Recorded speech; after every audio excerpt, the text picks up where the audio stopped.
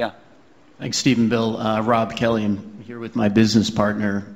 We've got a 100-person internet media business.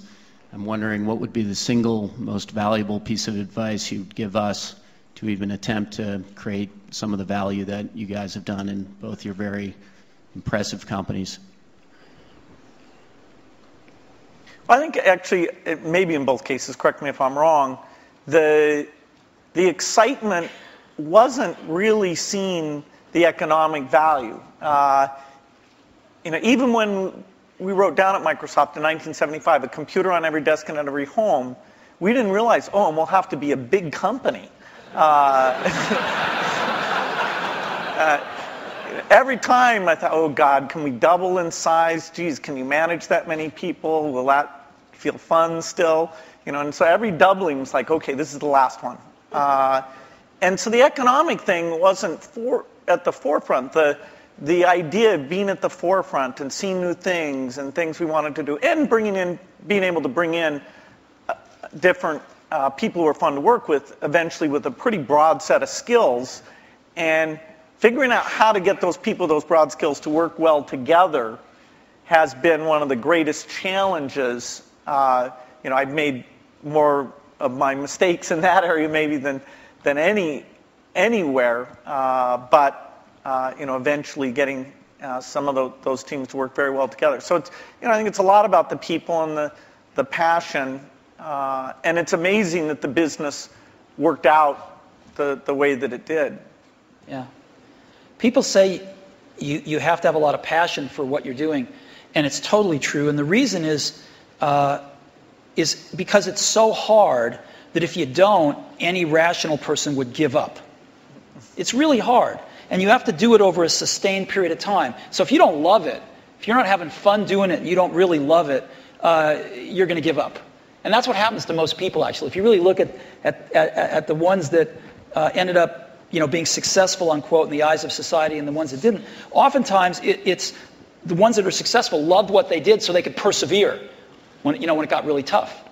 And the ones that didn't love it quit because they're sane, right? Who would want to put up with this stuff if you don't love it? So it's a lot of hard work, and it's a lot of worrying constantly. And if you don't love it, you're going to fail. So you got to love it. You got to have passion. And I think that's the high order bit. The second thing is you've got to be a really good talent scout, because no matter how smart you are, you need a team of great people, and you've got to figure out how to size people up fairly quickly, make decisions without knowing people too well, and hire them, and see how you do, and refine your intuition, and be able to help build an organization that can eventually just build itself. Because you need great people around you. Thank you. Liz Beyer, question, I guess it's historical curiosity. You approached the same opportunity so very differently. What did you learn about running your own business that you wished you had thought of sooner or thought of first by watching the other guy? Well, I'd give a lot to have Steve's taste. He has natural, not a joke at all. I think in terms of intuitive taste, both for people and products. We sat in Mac product reviews where there were questions about software choices, how things would be done, that I viewed as an engineering question, and that's just how my mind works. And I'd see Steve make the decision based on a sense of people and product that it's even hard for me to explain. The way he does things, it's just different. And I think it's magical. And in that case, wow.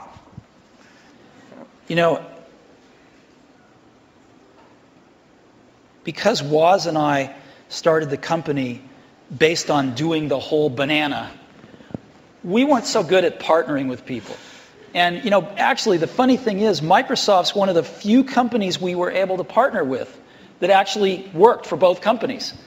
And we weren't so good at that, as where Bill and Microsoft were really good at it, because they didn't make the whole thing in the early days, and they learned how to partner with people really well. And I think if Apple could have had a little more of that in its DNA, it would have served it extremely well. And I don't think Apple learned that until a few decades later. Last question. Is there? This over here. I'm sorry, over here. Yeah, hi, Charlie Brenner from Fidelity Investments. In our financial services industry, we are focusing very strongly on aging and retiring baby boomers, a huge demographic. We're not that old. Oh, no, I wasn't. The question is different from what it sounds like it's going to be. But most of the innovation that we see coming from computer and internet companies is kind of youth-oriented. And I'm just wondering if there are activities going on in your companies acknowledging what's going to be happening generationally. Not true. I'll give you one example. So we started building in video cameras into almost all our computers a few years ago. And the response by people of all ages, but in particular seniors, has been off the charts. Because they're buying these things now, and they're buying them for their grandkids, their sons and daughters with their grandkids, so they can stay in touch with their grandkids, and they're video conferencing more than younger people are.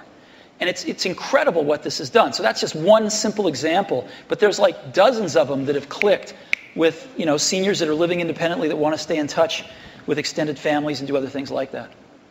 Yeah, I think that it's a very good point when you look at the size of the market. And that's partly why it's great that there are all these companies out there who can see, okay, what would you do for seniors? I think natural user interface is particularly applicable here because the keyboard, we're sort of warped in that we grew up using the keyboard, and so it's extremely natural to us. But things like, and that's partly why when we showed the Surface computer, I showed it privately to a bunch of CEOs a couple weeks ago. I was kind of stunned by how blown away they were. But their ease of navigation is just not the same. And when they saw that, the idea that they could organize their photo album, it meant more to them than it did to me. I'll give you another example. We've got a little shy of 200 retail stores now. And one of the things the stores are doing is personal training now. It's called one-to-one. And we are up to now a run rate of 1 million personal training sessions. They last an hour per year. 1 million per year. You only started a little while ago, right? Yeah. We started about a year ago. And we're up to 1 million training sessions a year run rate now. And a lot of those folks, some of them anyway, many of them are seniors. And they're coming in and they're spending an hour learning how to use Office, and they're spending an hour learning how to video conference. And they can basically come in as much as they want, and they can schedule these things throughout a year, and they pay $99, I think, a year for it. And it's been great. Last question. Now the last question over there. We all share a common science fiction experience of the metaverse or the Matrix, where we all could communicate without being in the same place. And by the way, thank you both for providing us the best platform so far to go to chat rooms or to all go to a MySpace. It's a far cry from these things that we see on Star Trek or the holodeck. What kinds of things can you imagine that are partway there that could be much better than the 3-window iChat that we might see in the next 5 or 10 years? Well, I don't think Steve's going to announce his transporter. I want Star Trek. Just give me Star Trek. No, I think short of the transporter, most things you see in science fiction are, in the next decade, the kinds of things you'll see. The virtual presence, the virtual world that both represents what's going on in the real world and represents whatever people are interested in. This movement in space is a way of interacting with the machine.